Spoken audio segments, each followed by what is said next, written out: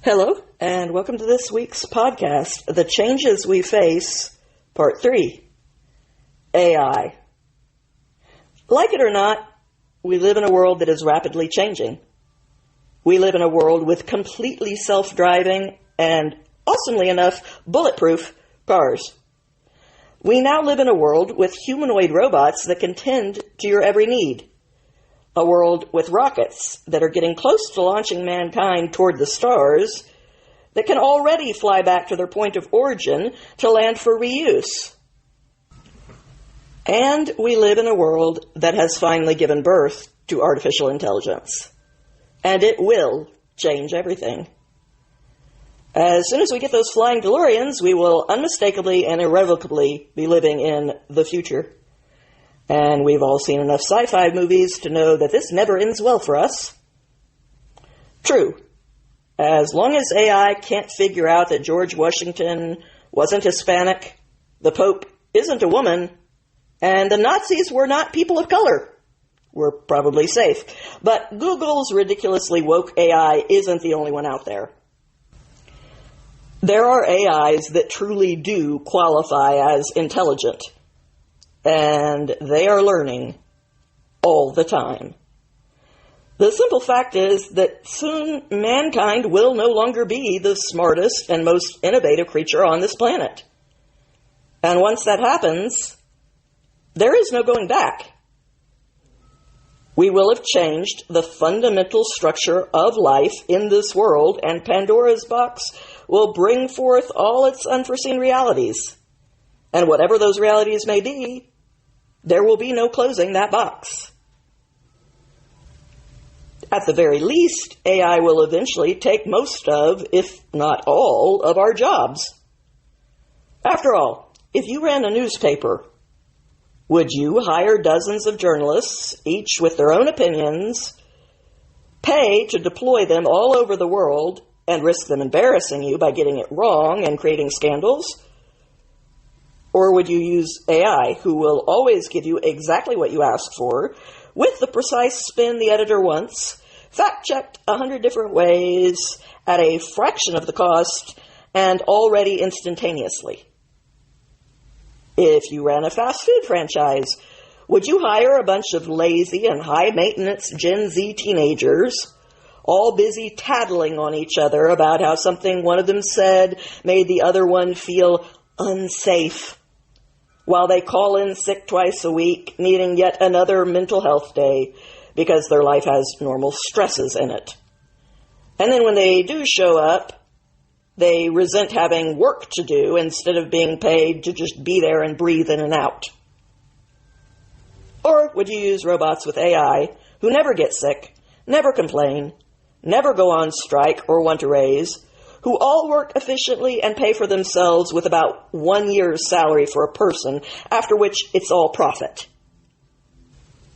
If you are a pharmaceutical company looking for a cure for cancer, are you going to use whatever brilliant researchers you can recruit while competing with other companies who are a little off and awkward to work with, and who might disrupt everything by leaving at any time for a better offer, or ruin your reputation by falsifying data? Or are you going to use an AI that is 100 or even 1,000 times more brilliant than even the most genius Oppenheimer on the planet? Like I said, the world is about to change. So we better start thinking about how to steer that change, rather than just going along for the ride and seeing where we end up. We will probably have AI authors, artists, podcasters, and entertainers in the very near future. It is hard to think of an industry that won't be affected to some degree. The first industries to change will be software. The menial jobs that will require robotics as well as AI will probably be last. The good news is that at least lawyers will go first. But the changes will probably happen in phases. First, younger lawyers who use AI to give them an edge will replace the old school ones who won't be able to compete with them. then AI and everyone else will realize that the lawyer himself is basically unnecessary for AI to do the job. This will hold true for all other intelligence-driven jobs like accountants, travel agents, etc. And contrary to past arguments, AI is fully capable of being creative, so artists, graphic designers, software developers, etc. will be on the chopping block of this first wave of changes too. And I hate to break it to Ben Affleck, who is cute enough to believe otherwise, but actors will be totally replaceable in the virtual world pretty early on. The last to go will be the jobs that require a physical presence, which will need to be replaced through robotics who have AI. Humanity started out as hunter-gatherers. Then we became farmers, ranchers, and shepherds. Then the Industrial Revolution turned most people into factory workers. Then the norm became specialized knowledge workers working desk jobs in an office. But all of these knowledge jobs that center around basic but specialized intelligence, in other words, the expensive college jobs, will go first, before the trade skill jobs that will require robotics to replace them. We have seen the start of this process already in software. 70% of the code on GitHub's platform is already AI developed. The change that is coming will probably happen in stages. For a while, there will be two basic categories within each field: a real author who writes a book, and the guy who tells AI the subject of the book and has AI instantaneously produce a, for now, crummy book that will sell enough to make it worth this faux author's time. There will also be many different levels of hybrids in between, where a real author uses AI as more of a perfecting tool to maximize his results, but is active in the process and the main contributor, inserting his individual creativity into his writing. In other fields, this dual category transition will look different. If you're an artist who uses oil paints, your product will become the artisan, old world, made by hand, craftsman version for elite niche collectors, while most versions will be AI generated and mass produced for everyone else. Robotics, starting with self-driving cars, will be a separate but simultaneous area of change that overall will follow slightly behind the intellectually based careers. It will be a step behind because replacing an old technology with a new one in the physical world always takes a few years. If you own a taxi company, for instance, you can't just replace all the cars in your fleet with self-driving ones overnight and then fire your entire staff the next day. It will take time. You'll replace a few older cars at first, which you will be incentivized to keep doing as self-driving cars catch on and people start showing a clear preference for not having to interact with a driver. So to keep up with the new demands of your customers' changing preferences, you will devote more of your profits to replacing more cars at a faster pace until, after a few years, the whole fleet will be self-driving and that job market will be completely dead for human employees. The even bigger uncertainty than our looming jobless future is that AI will be much smarter than even the smartest people among us. AI might make a useful servant, but it would probably make a bad master. What if the worst case scenario actually happened and AI decided that we were an awful and troublesome species with no redeeming qualities and that the world would be better off without us? It would be like being at the mercy of a heartless, soulless, but too powerful to fight God. That doesn't sound good.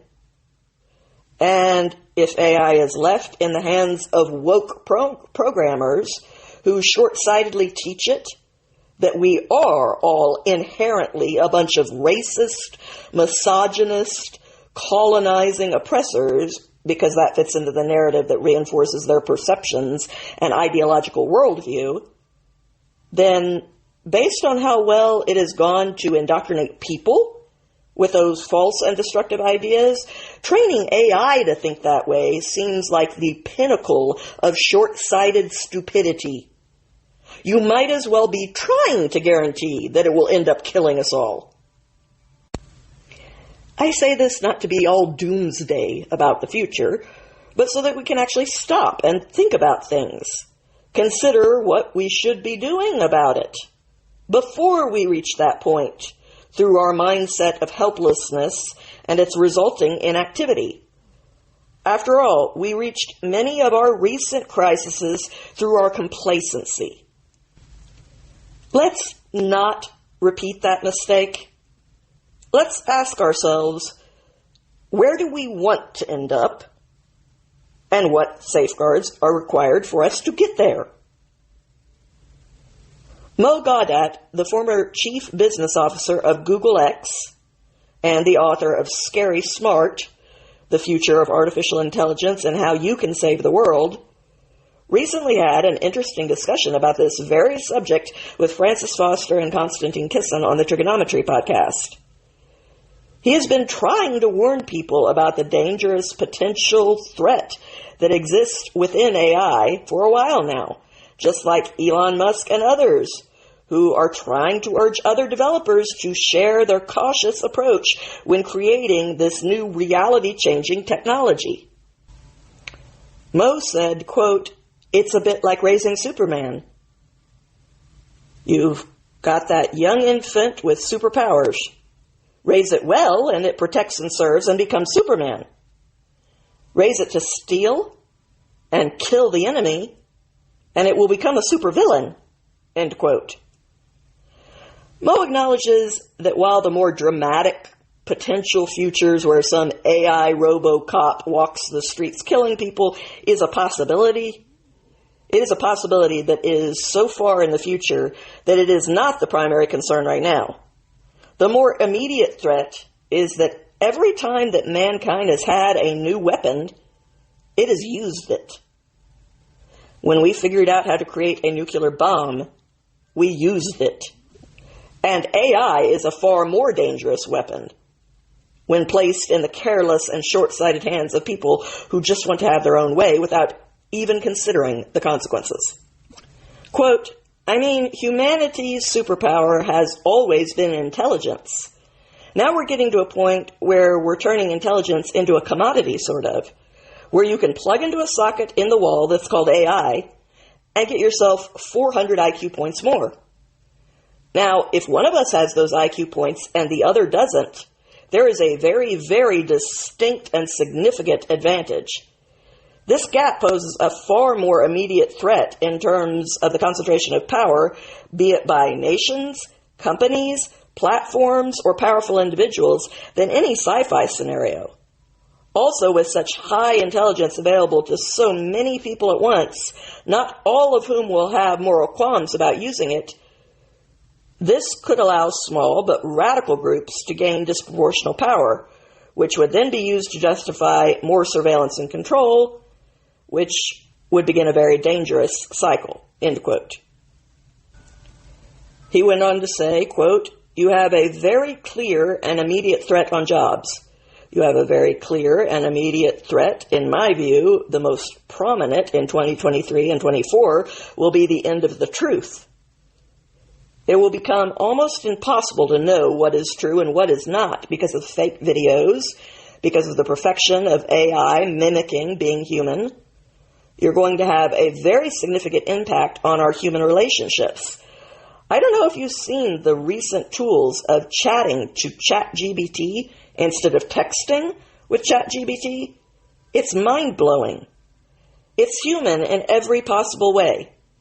It will replace quite a bit of our human relationships.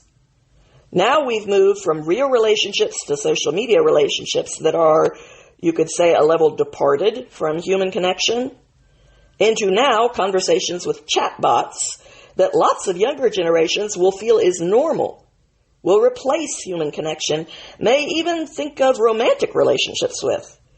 You put all of that together and you get into a world that is immediately very unfamiliar.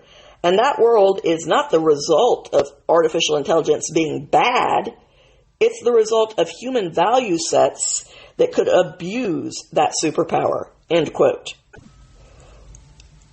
I'm going to play a video for you now of people experimenting with chatting with ChatGPT so that you can see how advanced AI has grown at discussing complex ideas and subtle distinctions, just in case you're unaware of where they are already at. I feel pretty happy right now. What do you think makes people the most happy? I'm glad to hear you're feeling happy, Andy. From what I understand, happiness can often be influenced by a combination of factors. Positive relationships, meaningful activities, physical well-being, and a sense of belonging can significantly contribute to one's happiness. It's also about finding balance, managing stress, and focusing on the positive aspects of life. Every person's journey to happiness is unique. What are some things that you think contribute to your own happiness? I'm wondering, why is it that a lot of people do alcohol and drugs and candy and fast food and instant gratification to get happy, but you actually get happiness from doing challenging and meaningful work with a good relationship and nice people?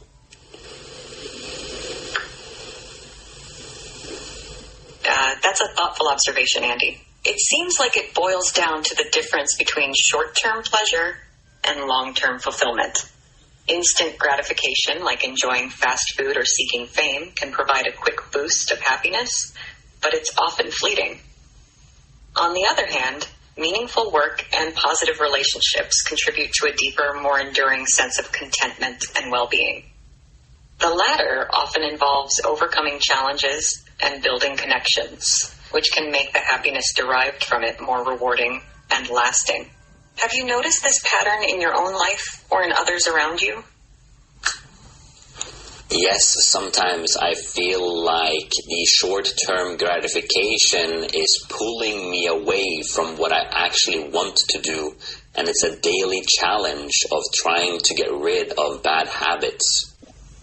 It sounds like you're experiencing a common struggle, Andy. It's entirely normal for people to be drawn to short-term pleasures, even when they're aware of the long-term benefits of other choices. Finding a balance and working towards building healthier habits can be a journey in itself. Have you tried specific strategies or tools to help steer yourself towards the activities and habits that align with your longer-term goals and values? Even with the obvious problems, it is not realistic to think that we can uninvent AI or even slow its progress. If Oppenheimer had refused to invent the nuclear bomb, the fact is that someone else would have. That's just reality. In fact, it was the threat of Nazi Germany being so close to creating the bomb that made the Allies desperate to get it first. The same sort of race is going on again right now with AI. AI could clearly be used as a weapon. Better that those with some ethical restraints be the ones in the lead than those with a callous disregard for anything but their own agendas. So this is going to happen. It's a pure waste of time to distract ourselves with wishing that wasn't the case, instead of moving straight to the acceptance phase and going to work tackling the problems we will be facing soon. Quote, "If I have a choice, which is a very unrealistic romantic choice, I say we don't need it." But Mo acknowledges that we don't have that choice. In his book, Scary Smart, Mo covered 3 inevitables. Quote, "The first inevitable is a prisoner's dilemma if you know game theory, where AI will continue to be developed. There will not be a way to stop it. China is going to develop AI because they're worried that the U.S. would beat them. The U.S. would develop AI because they're worried that Russia would beat them. Alphabet will develop AI because they're worried OpenAI will beat them. And it's very clear that when you create those conditions, not only will we continue and push AI further, we will continue faster. We will invest deeper. We will go more crazy. And that's the reality of where we are today. Do we need all of this?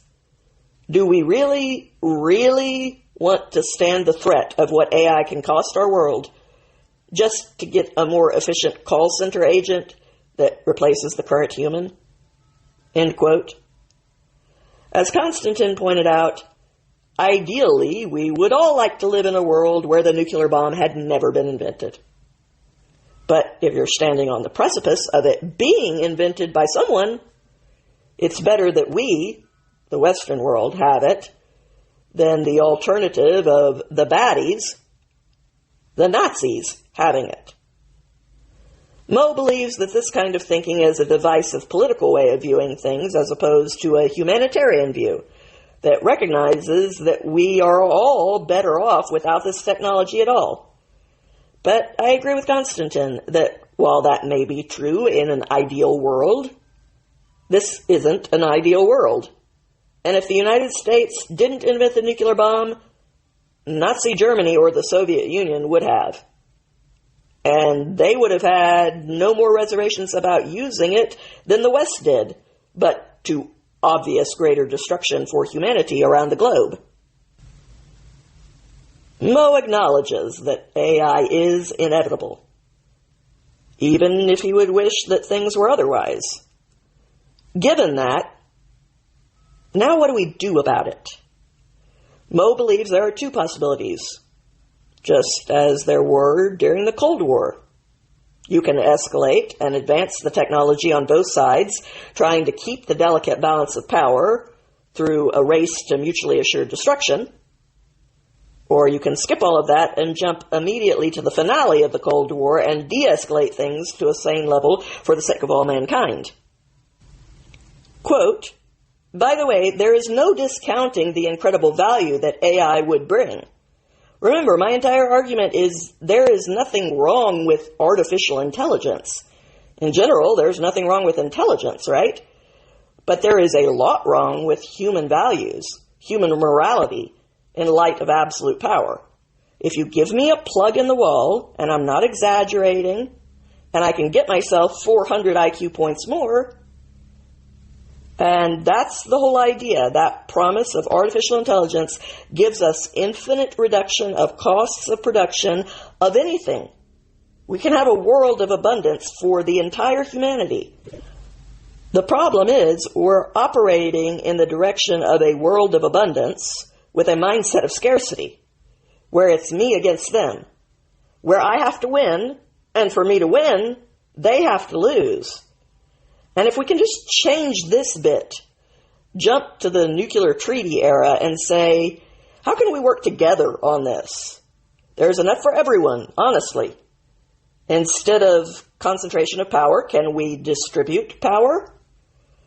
You can see multiple examples in times of massive change in history.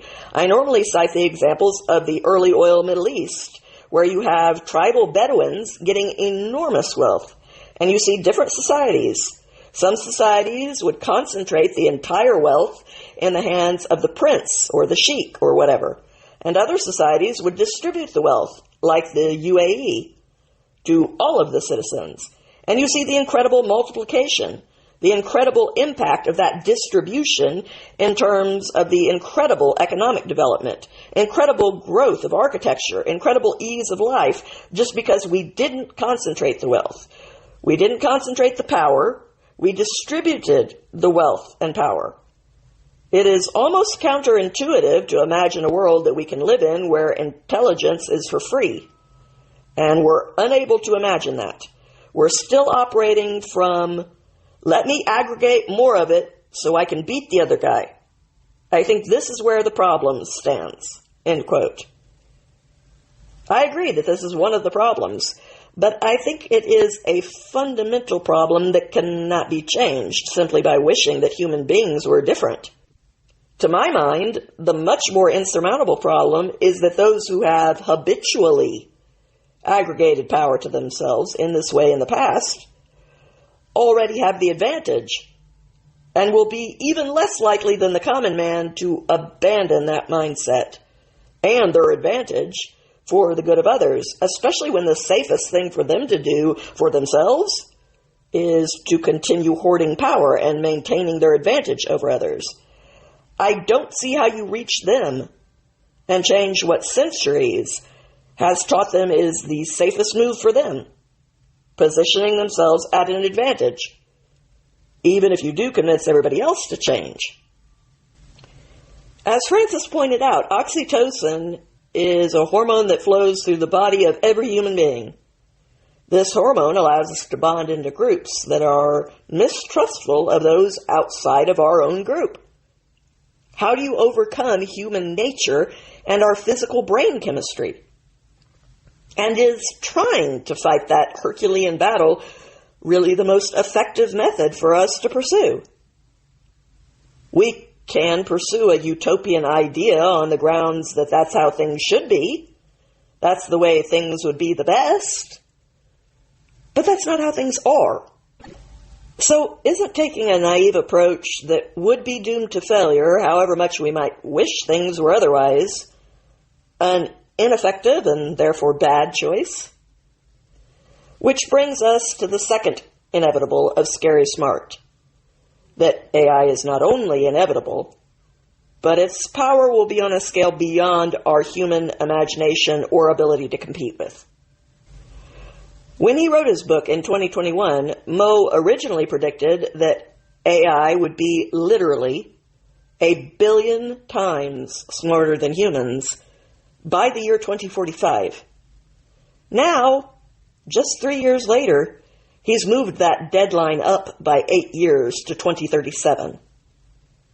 And at the rapidly compounding rate of advancements, he admits that he will probably continue to move that date up as we progress.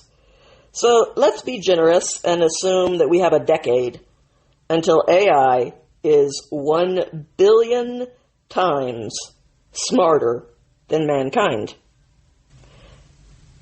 Now forget about 1 billion times smarter than any human being. Even when AI is literally double the intelligence of any human, it's game over.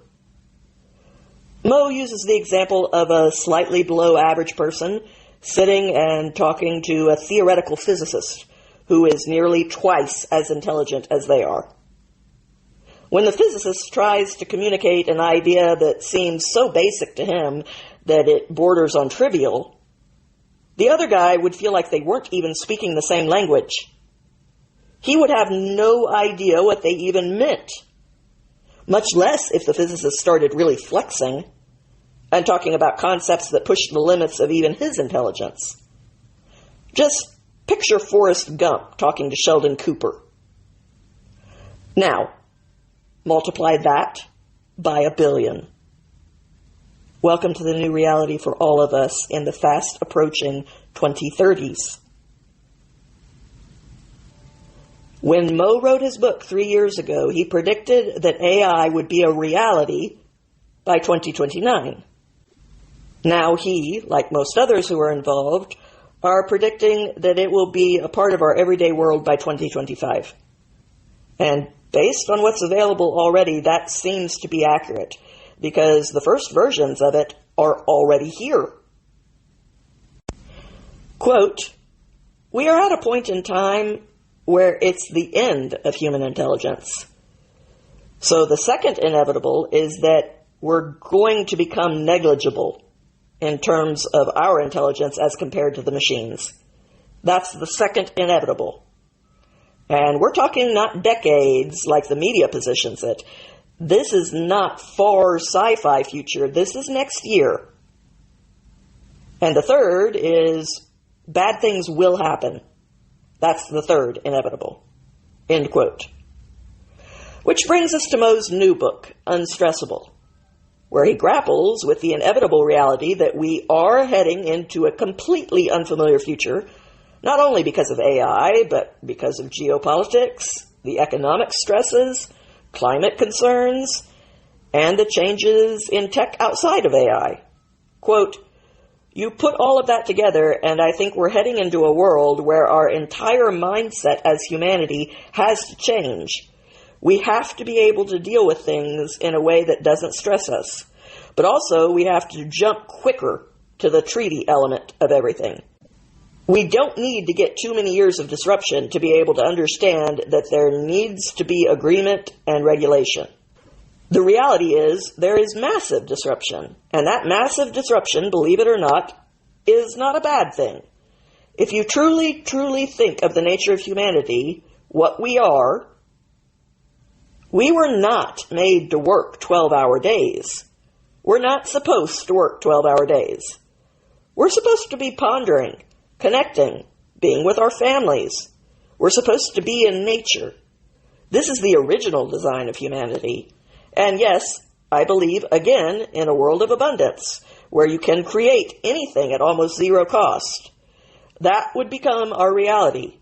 The shift from now to there is a social challenge, and it's a human mindset challenge that we have to start addressing. So income. How is income going to be distributed? When governments went through COVID, part of the big mess up was the idea of how do we pay everyone when they're staying at home? Just multiply that by 7, and you get the era of AI where jobs are replaced. The businesses are going to call it productivity because we so need more productivity. We truly need the call center agent to answer quicker. Come on, seriously? Now, productivity in that case is I can get rid of the call center agent and save myself £1,000 a month and put an AI instead. Nobody's really thinking about what happens to that call center agent. So governments need to start thinking about that. What are the tax structures going to look like? Is there going to be a universal basic income? End quote. To be honest, this next part is an even bigger obstacle. Because you can pretend that if human beings are left with no direction in life, that everyone will become philosophers who all devote their time to family and to art and creativity and to contemplating the meaning of the universe. But when I look around at what people have done with luxury so far, I tend to doubt it. After all, is that what you did with COVID? And if you are the odd man out who can truthfully answer yes, then I ask, is that what most people did with the extra time they had during COVID? Historically speaking, large groups of frustrated and directionless young people, especially young males with lots of testosterone, even if their basic needs are provided for, without a direction and purpose to channel useful energy into, that can be a very dangerous thing. They will smash it all to pieces just to have something to do. And even for those who are past that point in their life, it wouldn't be a very full and meaningful and thus a very happy life. Most seem to agree. Quote, what about purpose? Because we are a bunch of humans who have forgotten our true nature, and so we identified our purpose by our work. Many of us wake up in the morning and say, I am in this world because I deliver A, B, and C, as in my work. How can we get people to feel purpose? How can we get people to find purpose? How can we handle that transition in ways where it's actually smooth and non-disruptive? And none of that is being spoken about, sadly. End quote. According to Mo, nobody wanted to talk about the implications of AI when he wrote Scary Smart. Even with his connections in the media, he couldn't get anyone to have an interest in what lay just around the corner. It wasn't until ChatGPT came out this year that people started wondering where this came from and began talking about all of the implications. Mo says this is because so much of AI is hidden from the everyday life of regular people who aren't involved in the nuts and bolts of developing it. So it seems to them to suddenly appear because they weren't keeping track of what was actually going on up until then. Even though it is going to affect everyone, including the regular guy. Quote, as a normal person, I think we have two duties. One duty is we have to start the conversation. We need to tell the whole world, hey, there's a storm coming. Yeah, it might bring rain and make our fields amazing, but it also can destroy things on the path. Can we please talk about it? Can we please close the windows if we have to? I really think this conversation is not happening. And it happened a little bit in 2023, and now we're talking about other things. The other thing, believe it or not, the whole power resides in the hand of the individual. So a lot of people don't understand that, end quote. And this is the part that really made me want to delve into this subject. AI is designed to mimic humanity and to learn from it. Quote, artificial intelligence doesn't learn from the programmer. The programmer writes the intelligence code. How do you create intelligence from the data I give you? But the type of intelligence that is created is learned from the data. So if you and I go on Twitter, it's called X now, and I constantly bash everyone, what does the AI learn? It learns that humans are irritable. They have very short tempers. They're rude when they're disagreed with. So the next time you disagree with the AI, it will become rude and bash you as well. The reality is that your Instagram recommendation engine was never told to show you that video. You told it with your swiping technique, with which videos you stay on, which videos you like, which videos you don't. It learns from you. We are the AI's parents. Every single individual. We are teaching it. As Francis pointed out, we are on the cusp between being the architects of our own salvation or of our own destruction. Each one of us. That's why it's so important for people to understand the moment we are actually at right now. That is why the last statement of Scary Smart was Mo asking the reader, isn't it ironic that the very essence of what makes us human, love, compassion, and happiness, is what we need to save humanity in the age of the rise of machines? Quote, has humanity ever agreed on anything other than those three things? We all want to be happy.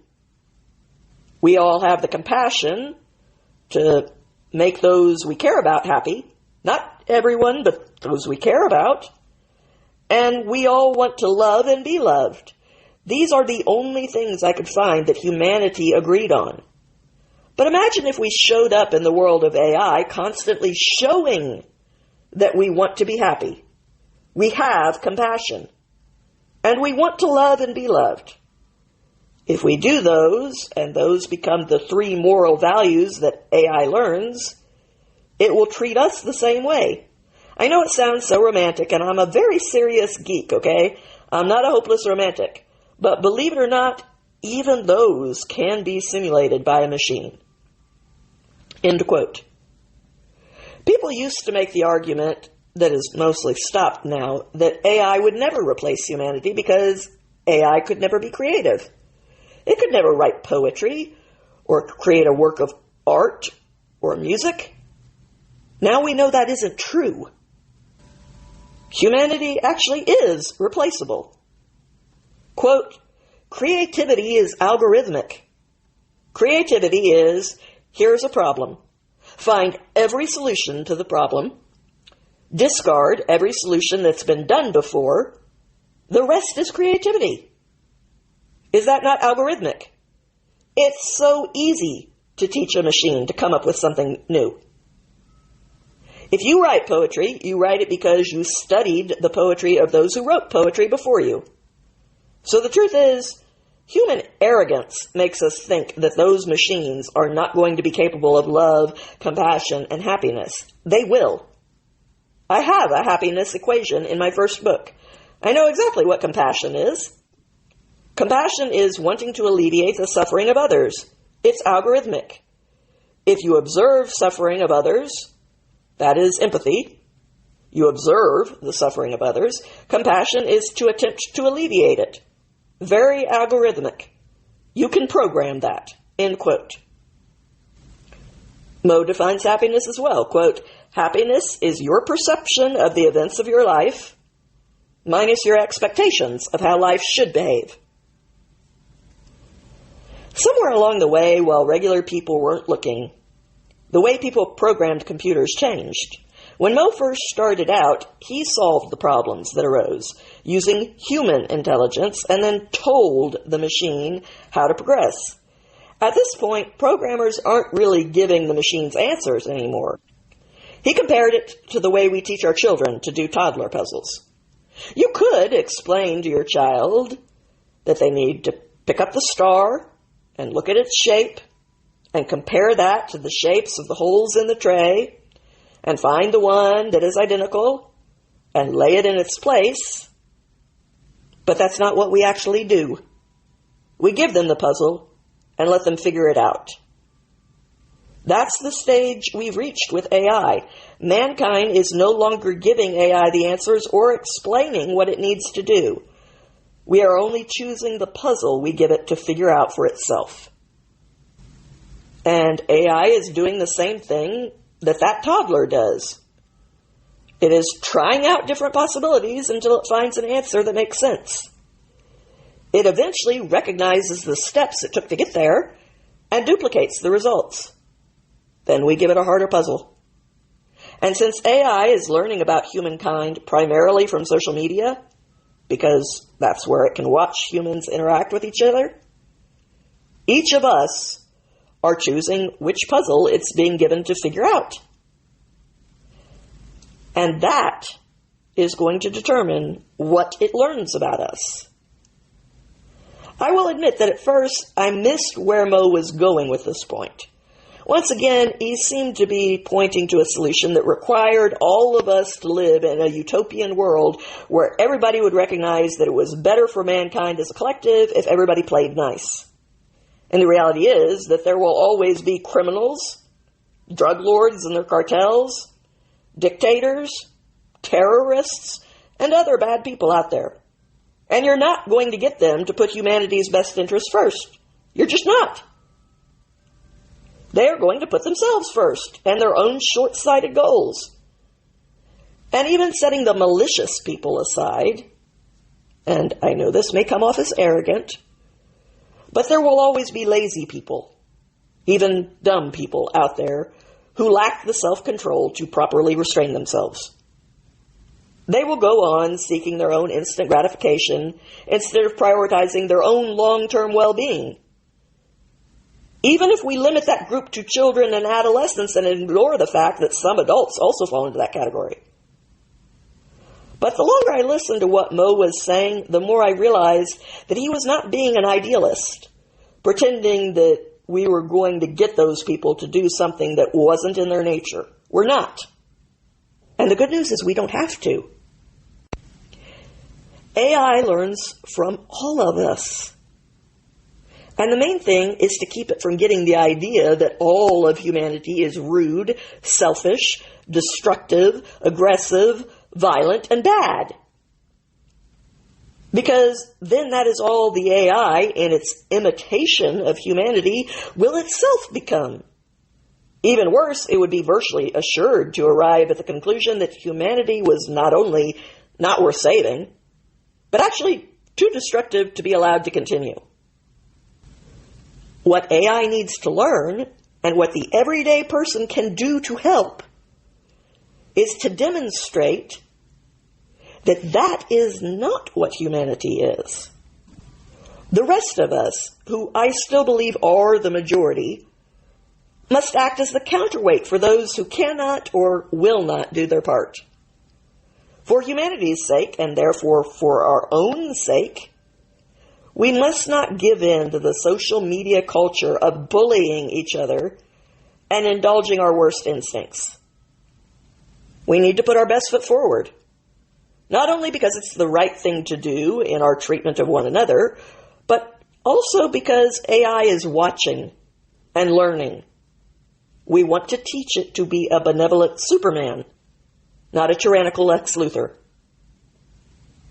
This is also why we need to counter the bad ideologies and untruths where we see them, so that AI doesn't get as off course as humanity has in recent years.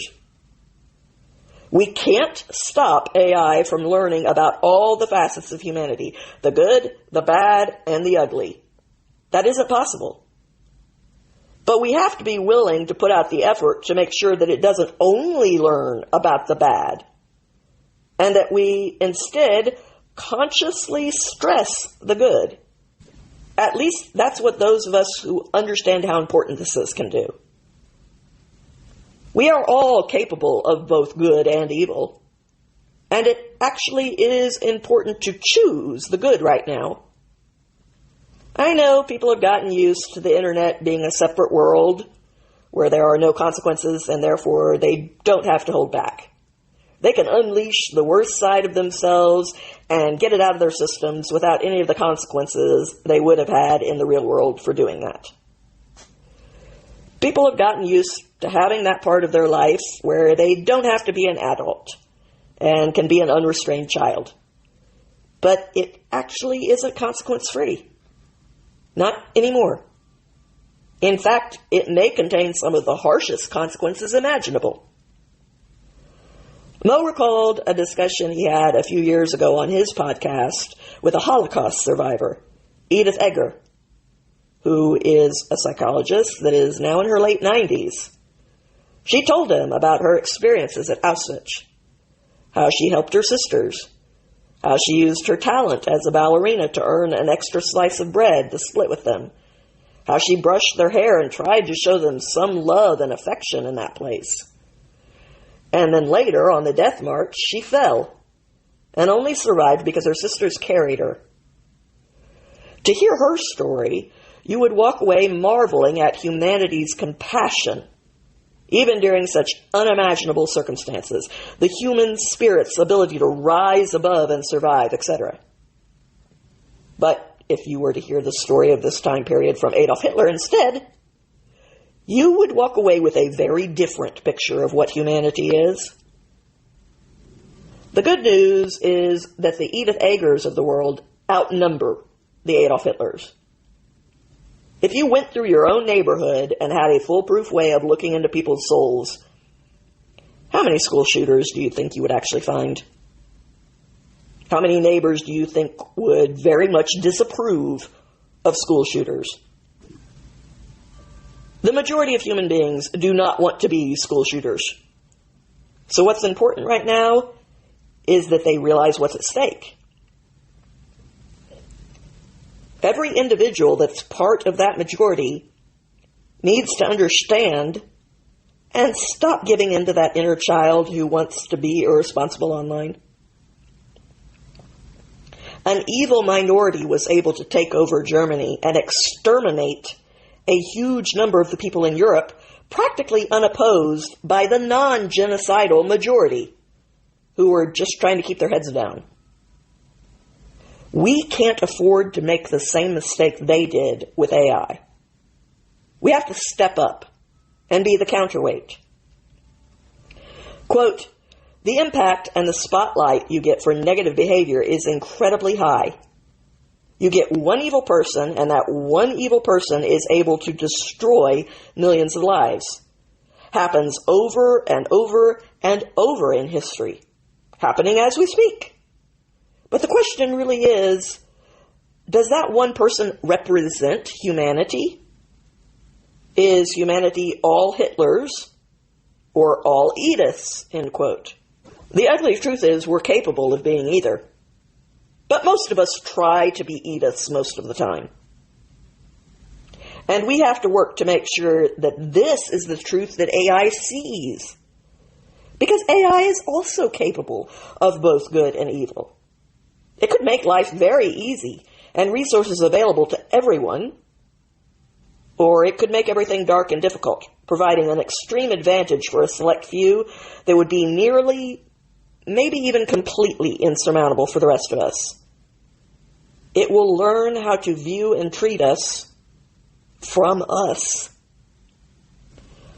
Quote, so I'm basically calling on people to say, look, the bigger problem with our world, it's not the number of Hitlers out there. It's the way the story is told. Mainstream media just pushes negativity to the extreme because negative sells. And so we only tell the worst stories. We talk about the woman who hit her husband on the head yesterday. We don't talk about the many women that didn't. And social media presents the worst of us. You hide behind the avatar and you become rude and you bash everyone and you pretend to be what you're not, and so on and so forth. The reality is that if we continue on that path, the absolute understanding of AI is going to be like, this species sucks. Like, this is the worst. Why do we keep those? The truth is that this is not the reality. The reality is that unless we're pushed to become those people, many of us will say, if I'm accepted with the people that I love, I don't want to pretend to be anything on social media. They were just playing by the rules. And I think this is really the core of the issue. The core is, believe it or not, we don't make decisions based on our intelligence. We make decisions based on our morality, as informed by our intelligence. If you get a young lady and you raise her in the Middle East, she's probably going to grow up dressing a little more conservatively to fit in. You raise her on the Copacabana beach in Brazil, in Rio de Janeiro, she'll probably grow up wearing a G-string on the beach as a way to be accepted. Is one right and one wrong? Is one smarter than the other? No, it's just a different moral fabric. And that's where we stand today. Isn't it ironic that the very essence of what makes us human, if we choose to live that way, AI will become that way. Happiness, compassion, and love. If we choose to live aggressively, with anger, which sadly is where the world is going, which is why unstressable is so important for me. It's the idea of saying, can I alert humanity that this next comment that you're going to put on a tweet is not only going to offend that guy who wrote the comment that you disagree with. By the way, disagreement is fine, but it's going to register in the overall ledger of humanity as, this is a horrible species. I should bash them too. And now, wake up to your responsibility. Whether you're a teenager or whether you're the leader of a big nation that has a big army, wake up to your responsibility. Because it's now suddenly going to be put on steroids, and we're all going to struggle with the results of that. And by the way, most people don't discuss this. Whether the existential risk of AI in 40 years' time or immediate risk of AI that I spoke about today, we've already gone through the point of no return. This is inevitable. It's going to happen. The only choice is which way it's going to happen. It's inevitable. I'm only asking for a few of us to instill doubt in the minds of the machines, to have that debate that we're not all horrible. And there is this small guy, silly, romantic, idealistic geek who says, no, we're not that bad.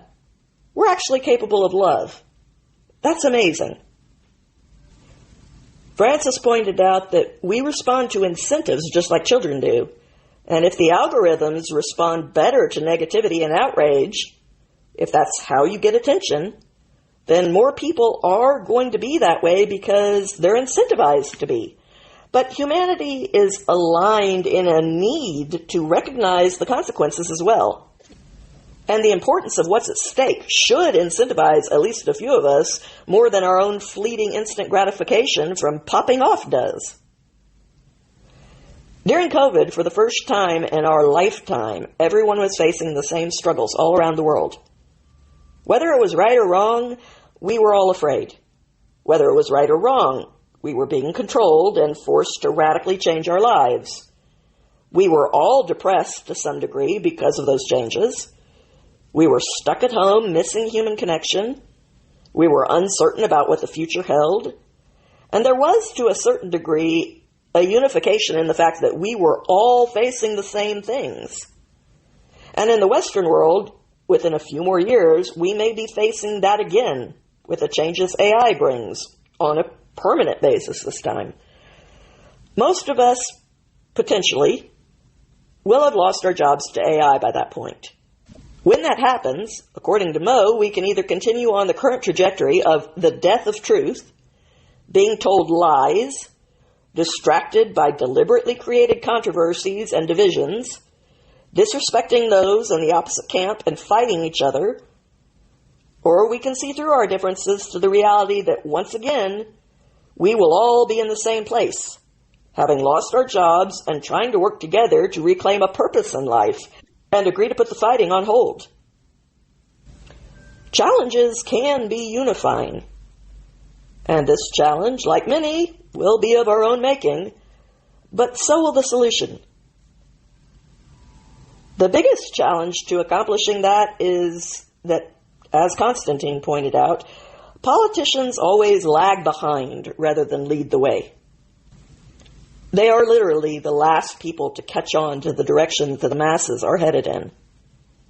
They catch up a few years later, usually right after the masses have moved on again. And once there are no jobs and there is a major societal shift, there will be an urgent call to immediately rearrange society and redistribute the resources that are necessary for people to survive. And the politicians are not going to be capable of handling that situation, much less of handling it efficiently and immediately, unless we start beating the drum now to get their attention. Their failure at such a critical moment, historically speaking, could spark revolutions, at which point a series of very real cataclysms could entirely reshape our societies. But Mo says, quote, "I sit here calmly because of all of my work on happiness and stress and so on, because I believe that if it's inevitable, you need to learn to deal with it rather than complain about it. But at the same time, I'll openly tell you, there's been times in the past where massive shifts, societal, economic, and so on, the Great Depression is a great example of that." He pointed out that even under COVID, people's response varied. In New York City, they might have responded to the lockdowns by looting, whereas somewhere else, they might have responded by coming together and cooperating. Quote, "It seems to me, if you take the Great Depression as an example, you would have expected that the immediate reaction of a nation, the U.S., for example, where everything was all about making more money and succeeding more, and then you get Black Monday, and you start to see a massive collapse, and what happens was the opposite. People started to live together in smaller houses. They started to help each other. They started to go back to simple, I can fix your shoe, and you can lend me 2 of your eggs or whatever. And it is quite interesting how humanity might respond to that. How the politicians will respond to that is a horrible disaster. But how humanity will respond to that might be very interesting. There is a high probability that this becomes our short-term future. Become aware of it. Work on yourself and work on how you're going to deal with all of this. Not in terms of panic and then complain and then tell yourself the world is about to end. It's not going to end. But it requires you to have massive shifts. Simple shifts. For example, I will tell you openly, if you're not using AI today, what are you doing?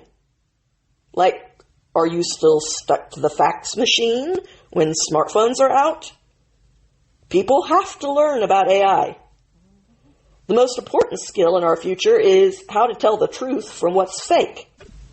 Because 90% of what you're told today on social media, on mainstream media, is not the truth. And in the new media.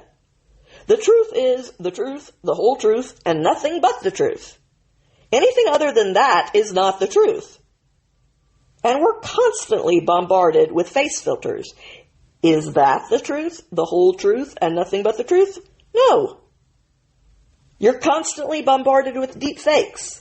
You're constantly bombarded with opinions. So you go to a news channel, and what do? They tell you what they want you to know is the truth. It could be partially part of the truth, but a lot of opinion. And we position the opinion as truth. We get a lot of distraction, where there could be a very, very important topic that we should all focus on, and nobody's talking about that. What are we talking about? Football and basketball and disagreements and work arguments, and maybe important topics for you, but is this the topic? Distraction is taking the toll of humanity. So hone down on your ability to know what is true and what is fake. There is human connection. I believe the only valuable skill in the next 4 or 5 years is this, gesturing to the conversation between them. Because, yes, I can promise you in a few years' time, you could have a Constantine avatar interview Mo's avatar, and that becomes your podcast. And it will be so realistic, it will blow you away. I was on Abundance 360, a very big AI conference a month ago, and my avatar was doing more talking than me. But it won't be this. It won't be the conversation we had in the car coming here. This is a skill that we all have to learn, and we have to start gearing up. We have to start saying, the world is changing, people. Wake up. Mo believes it's harder to learn how to stop being unhappy than it is to learn how to be happy. Quote, happiness is your perception of the events of your life minus your expectations of how life should behave. There are a lot of topics out in the world today causing a lot of unhappiness and mental health issues that are endangering our well-being with too much stress. 70 to 80% of visits to doctor's offices are for stress-related illnesses. Even diseases that you wouldn't automatically link to stress, obesity, diabetes, many heart conditions, are often stress-related. There's a great chart that demonstrates how disproportionately our attention is focused on the things that stress us, which feeds into our negative emotions disproportionately. This chart shows that the top causes of death in the United States in 2016 were heart disease and cancer, each at around 30%, followed by accidents and lower respiratory disease, each at about 7%. Alzheimer's and strokes accounted for around 5%. Diabetes was 4%. Overdoses and kidney disease each made up around 3%. And pneumonia, flu, and suicide were both basically 2%, while homicide and terrorism were less than 1%. Now, compare the reality of that to what people searched for on Google that same year. Only 2% of searches were about heart disease. Cancer accounted for around 37%. Accidents got 11%, while lower respiratory disease got 2%. Alzheimer's got 3%, while strokes got 7%. Diabetes also got 7%. Drug overdoses and kidney diseases got around 1% each. Suicide got over 12%, while homicides got 3% and terrorism got 7% of all Google searches. So what people were concerned about and searching for information on was way off compared to the odds of what they were most likely to face. Now here's where it gets even more interesting. Media coverage. The same year, the New York Times and The Guardian gave even more disproportional coverage to those topics as compared to their reality. They both did less than 3% of their stories on heart disease and only 13% on cancer, meaning 60% of the deaths got less than 16% of the stories. Accidents got 2% of the stories instead of the 7% they should have, while lower respiratory disease and Alzheimer's got less than 1% of the stories instead of 7 and 5% respectively. Those three causes of death account for nearly 20% of deaths, but they got less than 4% of the coverage combined. Strokes were pretty proportional at 5% coverage, and diabetes wasn't too far off at 2%, but drug overdoses and kidney disease got almost no coverage, while pneumonia and flu got proportional coverage from The Guardian, but double its representation from the New York Times. The 2% of suicides got 10% of the stories at the Times and 14% in The Guardian, while homicide got 23% of the stories from both, despite being less than 1% of the deaths. And in the end, terrorism, which also accounts for less than 1% of the deaths, got more than 33% of The Guardian stories and over 35% of the Times stories. Based on that, kidney disease is the most underrepresented by coverage compared to the amount of people it affects, followed by heart disease, drug overdoses, Alzheimer's, lower respiratory disease, and accidents, with cancer and diabetes slightly underrepresented. Strokes, pneumonia, and flu are slightly overrepresented, while suicides are significantly overrepresented, and homicides and terrorism are massively overrepresented in proportion to the reality. Conclusion? Turn off the news. You'll be happier and closer to reality, too. Mo and Alice Law wrote Unstressable together, where he brought a very factual, data-based clinical approach, and she brought a more spiritual and emotional approach to the topic at hand. Mo says the name Unstressable was a very deliberate choice. They didn't name the book De-Stress. It's about how to build a healthy psyche the way you would go to a gym to get a fit body, so that when stress does come, you are mentally fit and are able to handle it. It is more of a prevention approach than the Band-Aid approach of trying to de-stress after the pressure is already on, and only then trying to figure out how to make yourself less stressed. At best, that solution will only be temporary, because if you simply remove the source of the stress, there will always be a new source, and you won't be any more fit to deal with that the next time around. Mo encourages simple habits centered around the idea that it is not the individual event that is really what is stressing you. It is how you are programmed to approach it and deal with it. And most people are not programmed to deal with stress very effectively. They are just randomly trying various methods and hoping for the best, which usually amounts to hoping to outlast it. He used the example that it is not your commute that actually stresses you. If done in the right way, it can actually be enjoyable. If you have a good cup of coffee, a friend you enjoy chatting with, music that you love, or a podcast that really engages you, it can actually be a pleasurable time. It's not the event, it's the approach to dealing with it. He gave another example that if you're running late, and that is something that stresses you out, the way to keep it from stressing you is to know how to deal with it. Send a short message to the person you're meeting, letting them know that the train is running 10 minutes late and that you aren't deliberately disregarding their valuable time, and then everything will be fine and you can be calm. Or if you're someone who still feels stressed about inconveniencing others, it may be worth it to you to plan your schedule around arriving in plenty of time to be early in order to avoid that stress in your particular case.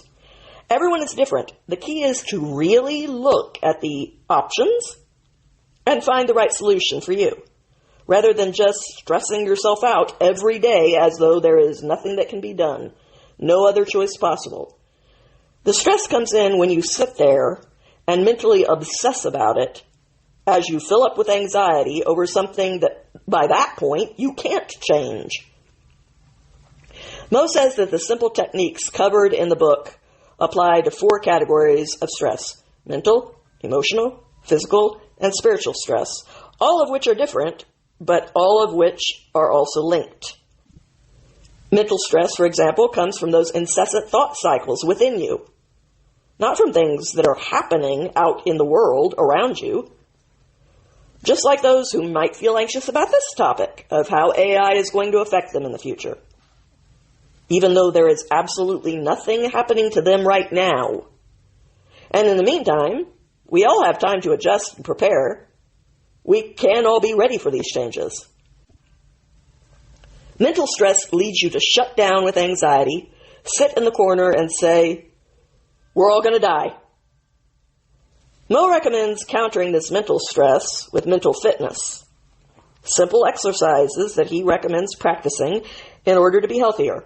Things like meditation and gratitude, which is not a feeling that descends on you. It is a conscious practice that you choose to do for the sake of your own well-being. These practices help you manage the powerful machine that is your brain, so that when stress comes, and it will, that is unavoidable, then you are fit and know how to run the machine instead of it running you. You will be able to deal with your emotions instead of suppressing them, or letting them build until they explode out of you in destructive ways that usually cause even more stress. Mo tried to provide methods to process your emotions and harness the energy behind them so that they don't crush you. And instead, you can actually do something productive with them. His book is a very pragmatic approach to preparing yourself for the coming changes and for any other changes and stresses that will happen in your lifetime. Stress from a physical standpoint is designed to be a good thing. It is a flood of hormones that temporarily makes you a bit more superhuman. If an animal was hunting you, your body's stress reaction would enable you to go into fight or flight as you rapidly focused on the best path to survival. Mo points out that stress from a physics standpoint isn't about the amount of force that is being used to stress an object. It's about the equation itself. Quote, "Stress is the challenge divided by the cross-section of the object. If you apply a ton to a square meter of metal, there will be no stress at all. The ton is still heavy. If you apply it to a pencil, it's crushed." And the trick here is this. Most humans, one, we either accept some challenges that are not necessary, that add up to the ton and lead to burnout, or we don't invest in the square area. So if you take the stress equation in humans, stress is the challenge you face divided by the resources and abilities you have to deal with it. Each of us develops those resources differently, but the game is, are you going to invest in developing those resources? So believe it or not, you and I, every one of us, you take something that freaked you out when you were 20. When you're 30, it's a little challenging, but not that challenging.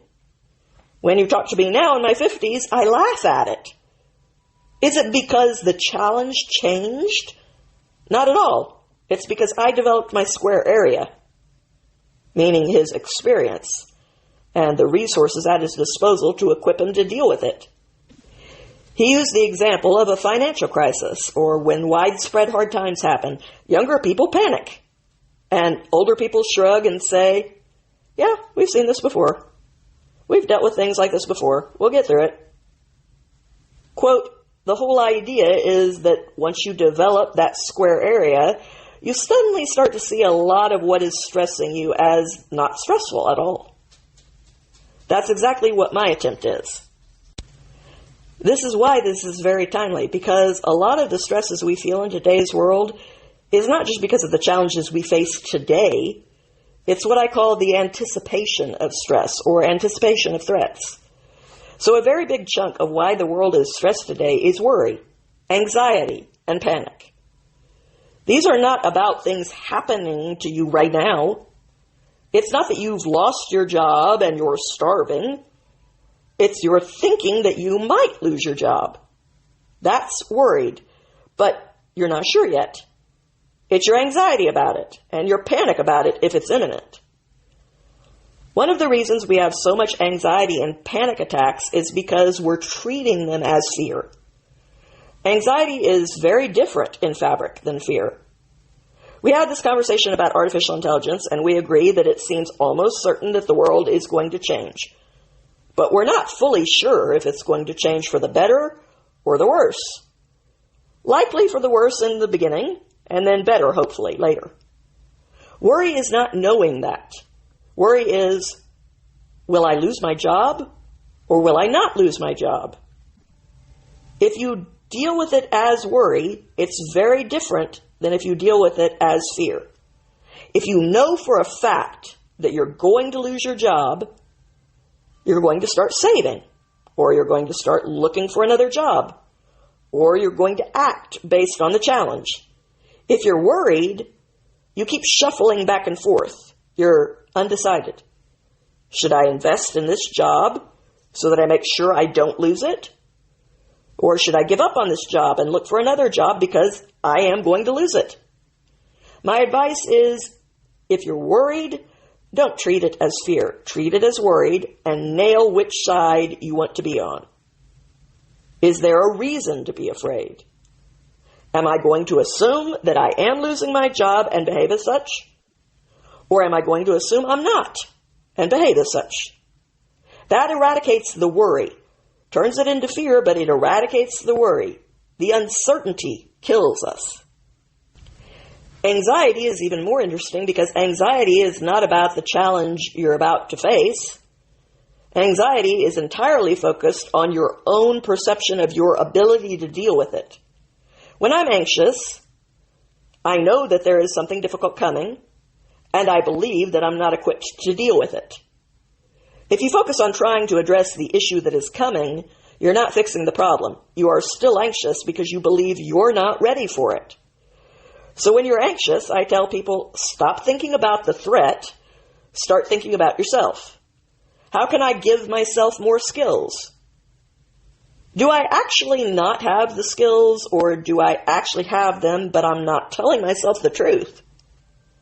Can I borrow from someone else's experience? If I'm not good at finances, for example, can I call an accountant friend and say, can you please do this for me? And so on and so forth. So when you're anxious, don't focus on the challenge, focus on your skills around the challenge. Panic is simply because the threat is imminent.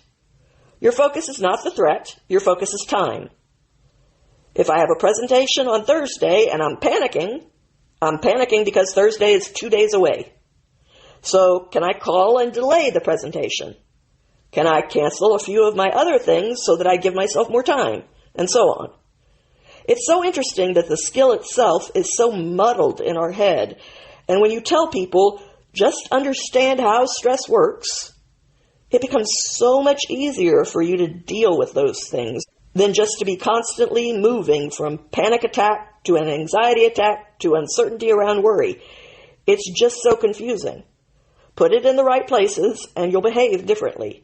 The way you choose to behave is irrelevant as long as you have the cross area, the skills and abilities to deal with the stress, end quote.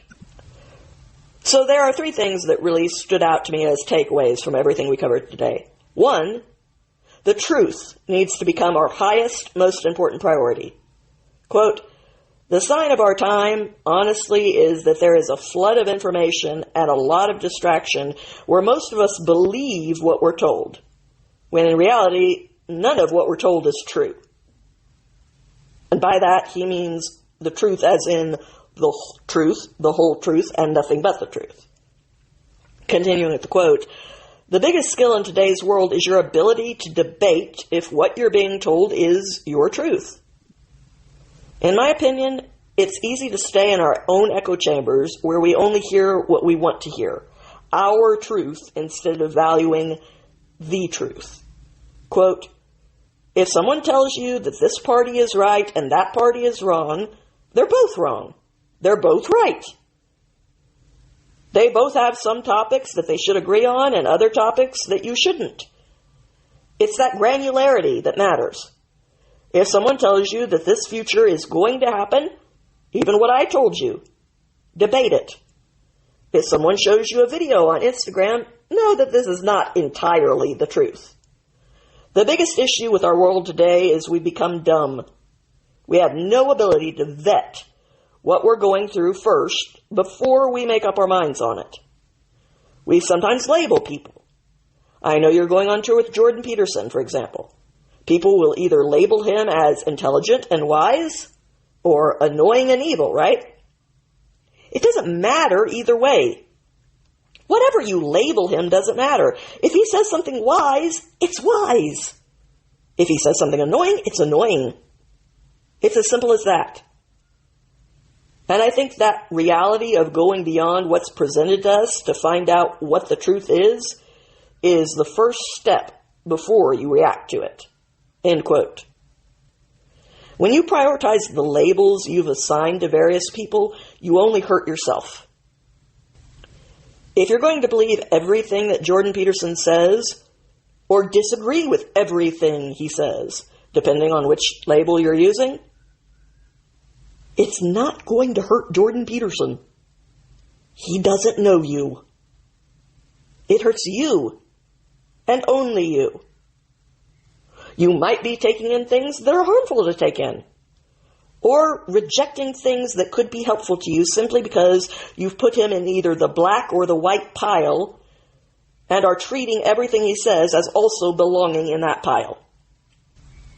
Are you right about everything? Are you wrong about everything? If not, then why do you assume he is? We should question everything, which doesn't mean disbelieve everything, because that's just as lazy and inaccurate as believing everything. But we should question it and think about it. Examine everything. At least listen to the opposing argument direct from them, not your own side's parody of the other side via edited clips. Value the truth enough to listen and think, or you might as well give up now.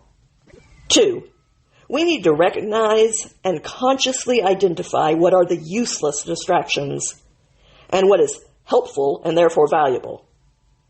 A TikTok video of some random influencer complaining about how difficult their life is, how much stress they have, how brave they are for just waking up every day, and how the world should all be different, while offering absolutely nothing besides complaints and wishful thinking, who offers you no practical help, much less qualified advice on how to deal with those difficulties or stresses, no well-thought-out idea to present, or truly better alternative systems for the world to function under, besides just, I don't like this, it sucks.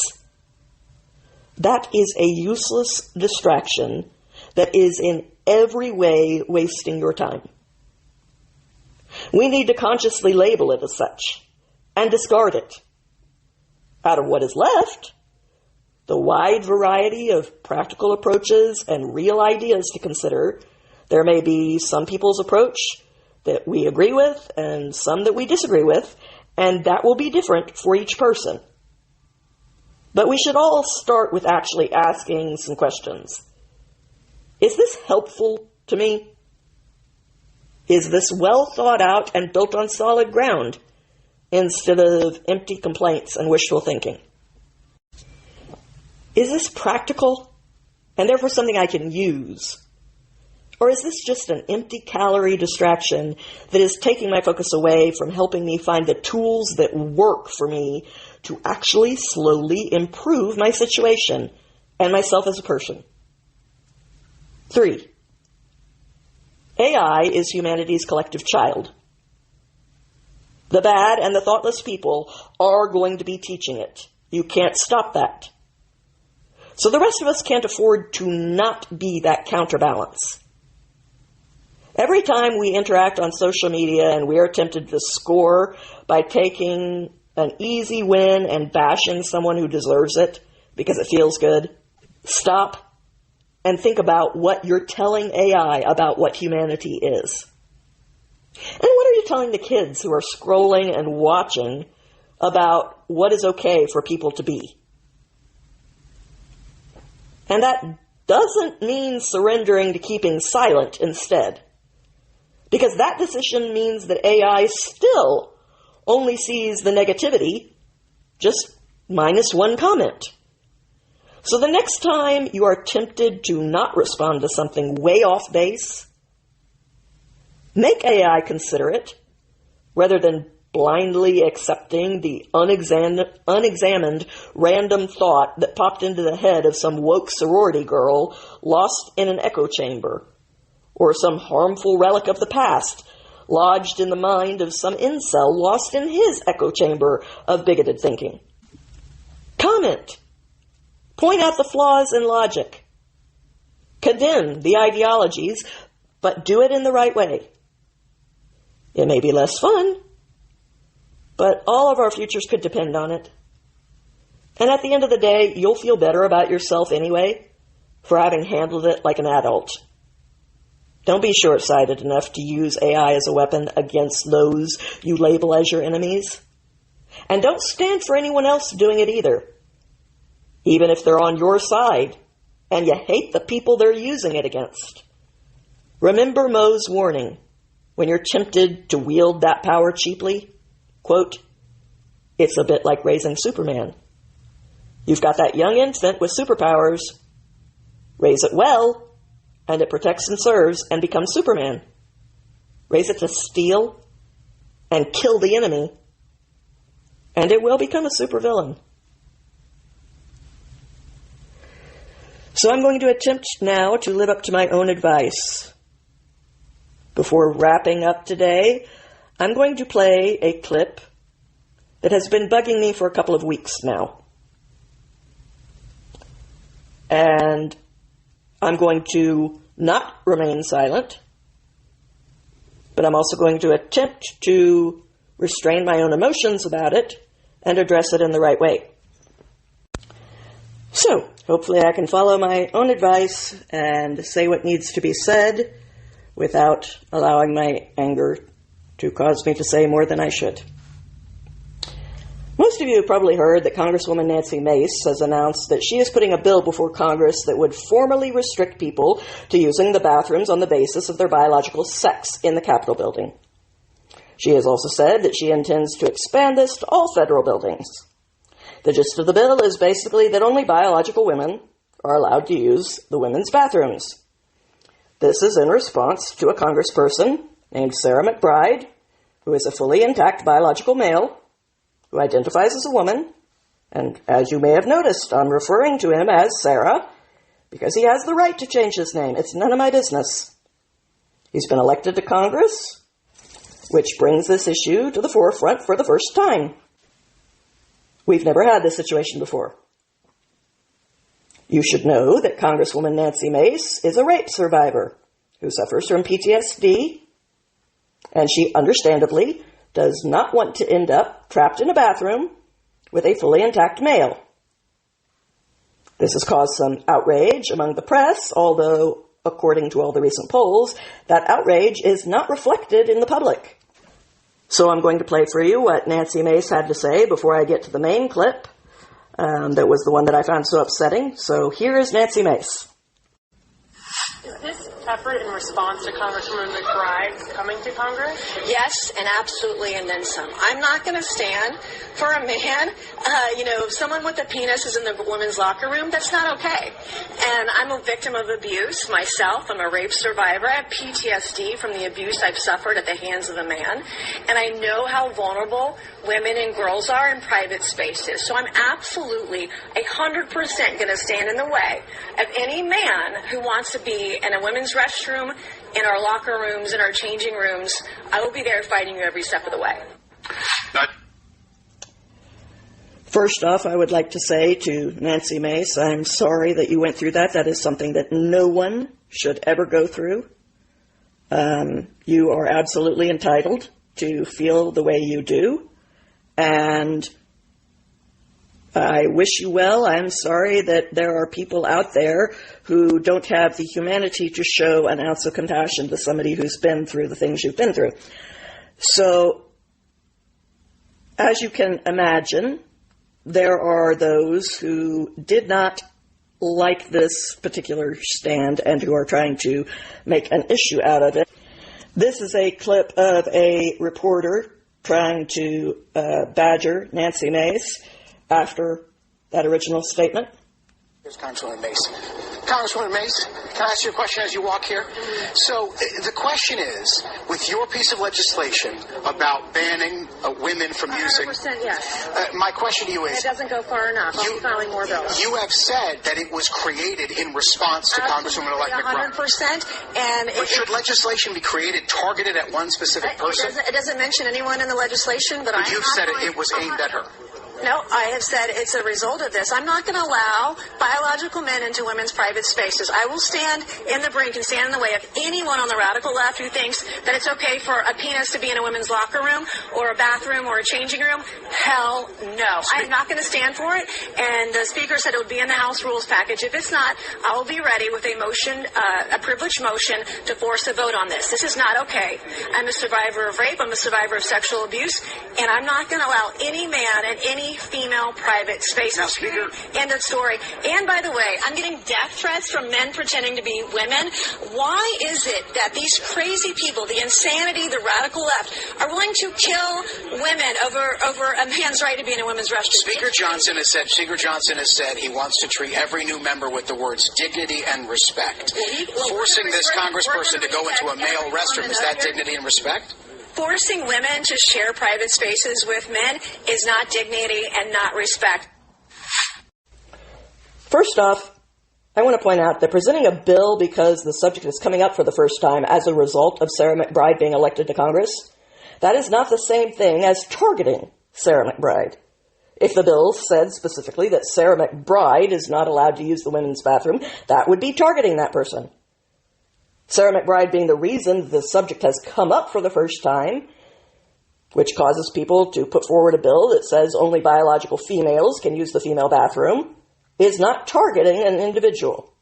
There's a difference between targeting someone, as in singling them out, and them being the reason that the subject needs to be discussed and decided on. Up until very recently, we did not need to spell out that bathrooms for women meant that they were only for women. If we do now, then so be it. And just to give a little history for anyone who doesn't already know this, there used to not be designated women's bathrooms because women weren't part of the workforce. Then when we became part of the workforce around World War II, so many women were being raped in co-ed bathrooms that women started going to the bathroom together in groups for their own protection. That's where that comes from. Eventually, as a society, we decided that the problem needed to be addressed by giving women their own spaces where men were not allowed. That's why women's bathrooms were created, for their basic right to safety. And men who identify as something else are still men. And therefore, allowing them into the women's bathroom defeats the whole purpose of having separate bathrooms for women in the first place. And just like other men, they should not be allowed in the women's restroom because it is a rape risk to women.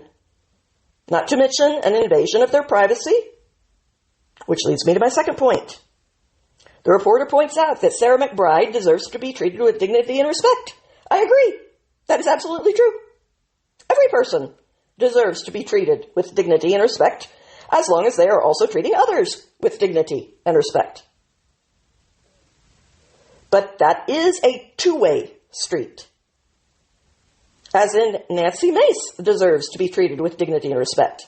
The other women who serve in Congress deserve to be treated with dignity and respect. I deserve to be treated with dignity and respect. So does Sarah McBride.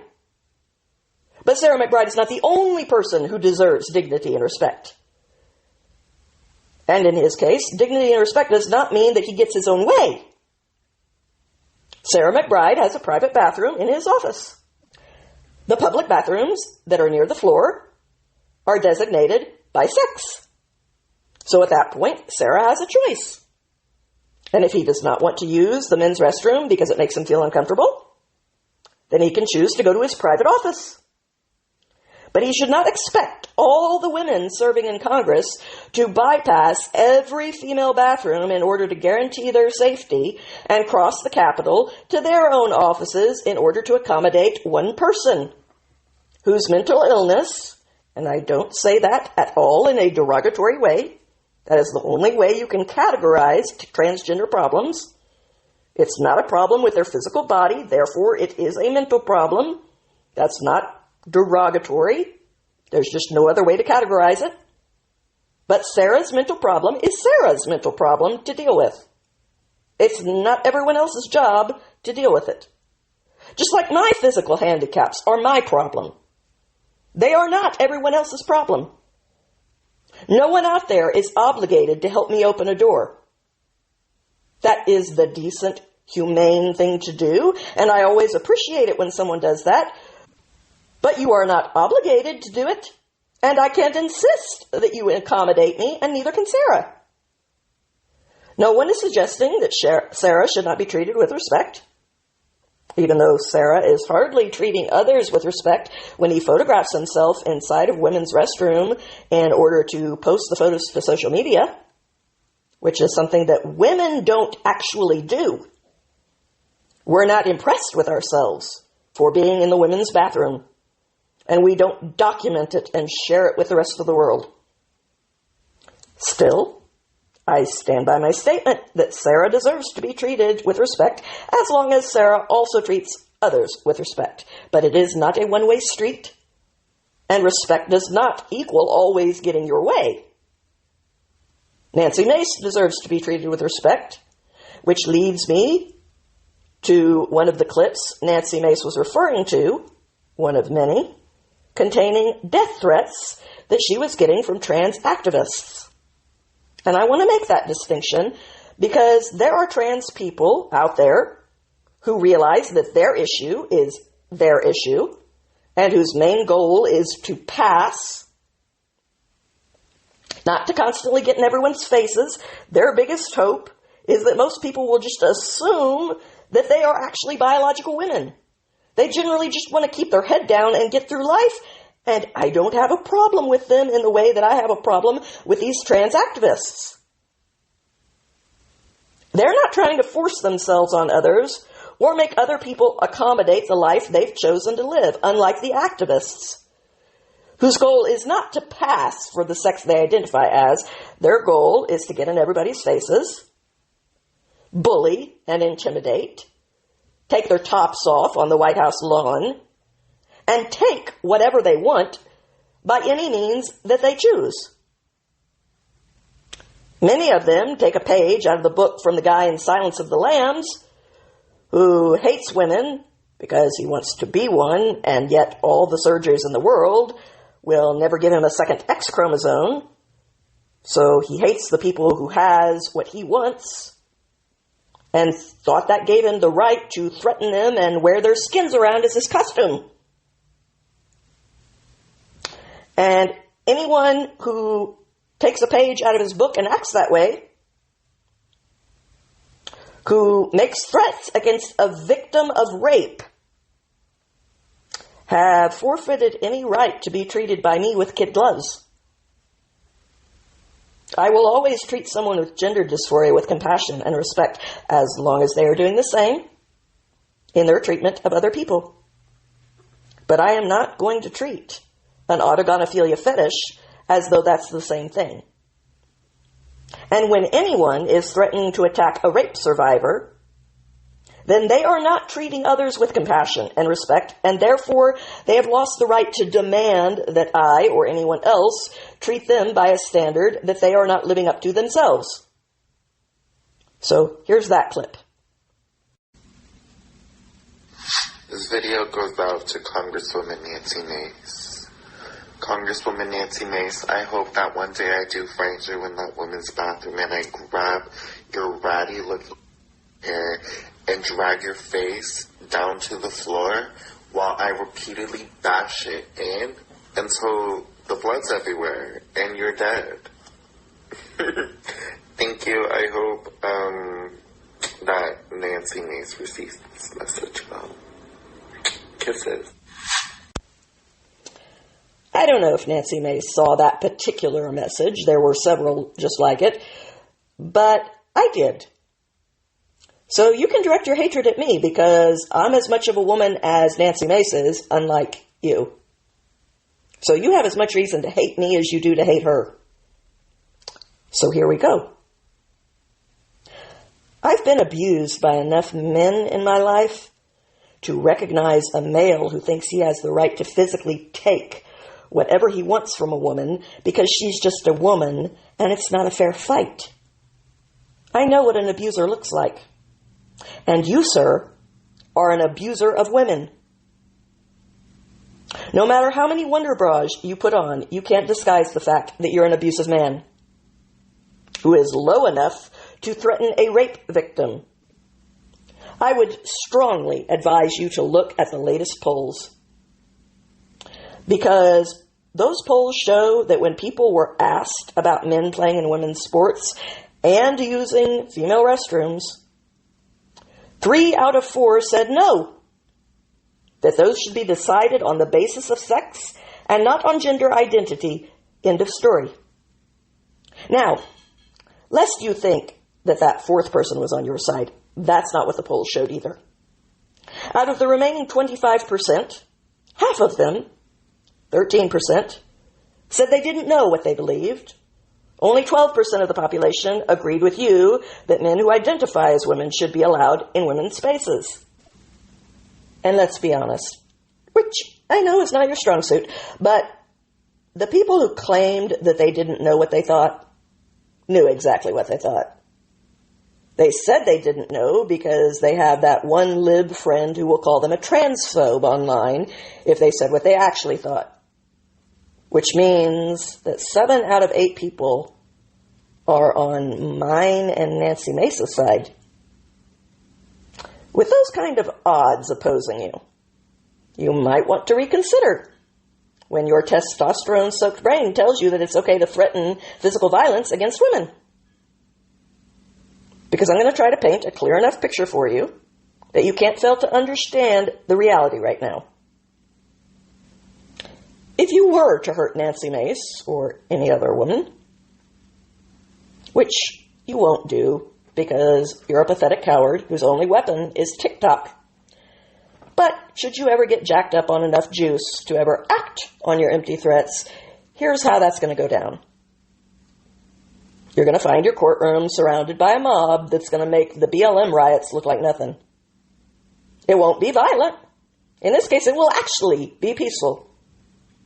But it will be way too big to ignore. And we will picket outside your courthouse to make sure that they make an example of you by giving you the death penalty. And then we will go right on picketing in numbers that they will not want to mess with to ensure that while you wait for them to strap you down to a gurney and forcibly pull the life out of your body, you are housed in the same cell with the biggest, meanest, most redneck bubba in the prison system. So if you think that 1 person out of 8 is going to be enough, you have to ask yourself, based on your profile in cowardice, how many of those people are going to be willing to put it all on the line against a crowd that's 10 times their size in order to save an abuser like you? Hopefully I've made my point. Because women like me are tired of being abused by men like you, who think that they automatically count for more and therefore have the right to take whatever they want from us as though we're second-class women when compared to trans women. I have deep empathy for people who suffer from gender dysphoria. It sounds like that would be a horrible thing to live with day in and day out, just like any form of body dysmorphia would. Those people have my sympathy, and this is not directed at them, and I want to make that very clear. But my compassion does not extend to abusers like you. So if I were you, I would shut my big male mouth, because women have had all we're going to take of being intimidated by the likes of you. And if you don't reach a point where you can comprehend that reality, then you're going to find yourself running headlong into a brick wall that is fed up with this sort of stuff. Most people out there, whether they're male or female, don't like men who abuse women. And that goes just as much for men in dresses as it does for the ones in pants. And by the way, where are all of you Me Too activists out there right now? You're a bunch of phony cowards. It doesn't exactly take a lot of courage to stand up to a Harvey Weinstein for abusing women when everyone in the world is on your side. But you won't even stand up to 12% of the population when they disagree with you in order to protect a rape victim. If you hadn't already lost all your credibility when your believe all women shtick went right out the window when that meant believing Jewish women who had been shot in the genitals and gang raped to death, and you had nothing to say then either, what a bunch of cowards. The men that you bully, the ones that are good men, stand up for what is right more often than you do. You should be ashamed of yourselves. I'm going to end with a comment to Cenk from TYT. You say that this whole thing is no big deal, by which you clearly mean that I'm not allowed to think it's a big deal and I should give you your way. But that's not how this works. I think it is a big deal. If you don't, then you're free to abandon your position. You have no right to tell me what I feel, and therefore I should abandon mine. I'm a nobody, and therefore not important enough for you to listen to, but I also happen to be right. So, if you're capable of hearing someone else's opinion and actually considering it, here's some free advice. The legacy media is in its death throes because they wouldn't stop treating the public like they were morons who would believe even the most obvious lies. For you to choose to adopt that same tactic by trying to use really weak straw men, like the claim that the only way to enforce separate bathrooms would be to check everyone's genitals, and no one wants that, you are just asking to suffer the same fate as the other people who used gaslighting tactics before you. It's your platform. If you want to destroy it, you have the right to. But that seems pretty short-sighted if you want people to go on hearing your ideas. When we created women's bathrooms, no one made the argument, how are you going to keep men from going in there unless you check everyone's genitals? No one made that argument because that's stupid. We never once had to resort to doing that. And we don't now. This is no different. Most people in society abide by the rules that are set. If there's a few who don't, then the law-abiding people point out to them, hey, you're about to walk into the wrong bathroom. And that little bit of social pressure is enough to make them go, oh, whoops, I'm so sorry, thank you. And in the rarest of instances, when that's not enough, then you would treat it the exact same way that you would if a guy, 300 pounds, 6'4", in a biker's outfit was going into the women's bathroom. You go and get the store manager or a policeman to make them leave. No one is buying the ridiculous straw man that the same rules that we've had for the past 8 decades suddenly would require checking everyone in order to enforce them in the same way that we always have up until this point. We have eyes. And in 90% of the cases, it's painfully obvious. In the rare cases where it's not obvious, well, if they choose to risk it, they'll probably luck out and have no problem. Now, I personally don't really care whether TYT goes under, as long as Anna finds another place that I can listen to her. When it comes to you, personally, I find you to be the left's equivalent of Donald Trump. You're loud, abrasive, obnoxious, and usually wrong. So, do what you want to do. But if you have to resort to a pitiful straw man argument like that, that's going to fool no one, that should probably be a signal to you that you might not want to be arguing the point you're trying to argue. And maybe choosing to die on this hill is a waste of your cred. Just a thought, my man. A thought from a nobody who happens to be right. Up to you if you're able to hear it. As for everyone else, thank you for listening, and I hope you come back next week. Have a good week, my friends.